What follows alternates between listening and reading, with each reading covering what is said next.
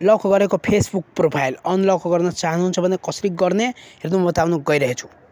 तपाईँ जस्तै हेर्न सक्नुहुनेछ यहाँ हेर्नु मैले फेसबुक ओपन गरेँ। अब यहाँ देख्न सक्नुहुनेछ तल सियोर प्रोफाइल लेखेको छ र माथि अनलक लर्न मोर लेखेको छ। यो अनलकमा क्लिक गरेर तपाईँ अनलक गर्न सक्नुहुनेछ।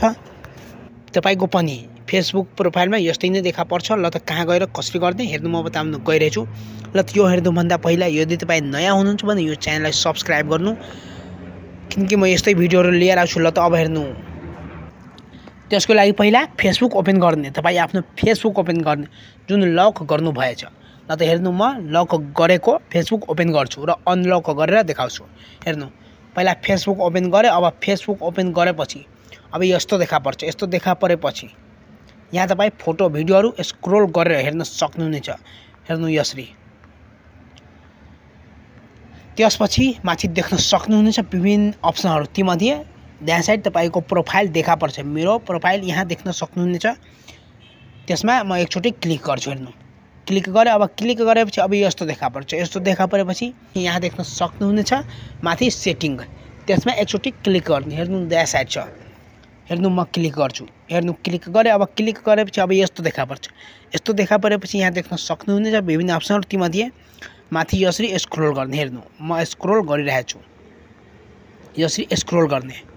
यसरी स्क्रोल गरेपछि अब यहाँ देख्न सक्नुहुनेछ प्रोफाइल लकिङ लेखेको देखा पर्छ।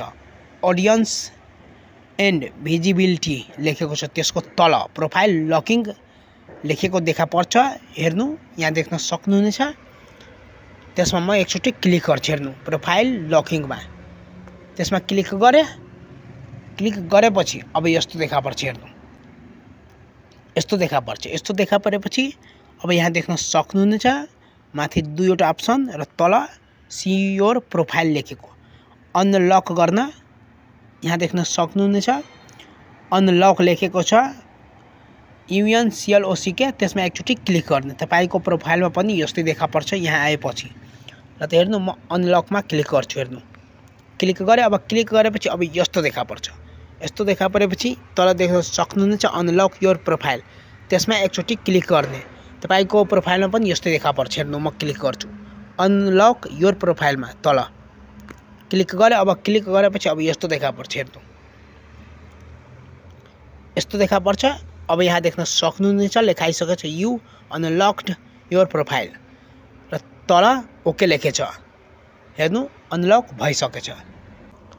अब म ब्याक गएर देखाउँछु। हेर्नु हेर्नु म फेसबुक बाहिर आएँ। अब फेसबुकमा गएर त्यहीँ गएर देखाउँछु अनलक भएको छ कि छैन। हेर्नु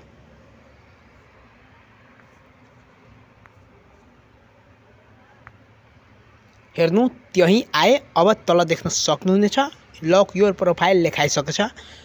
अब लक हटेपछि यस्तै तपाईको प्रोफाइलमा पनि यस्तै देखा पर्छ। हेर्नु माथि लक योर प्रोफाइल।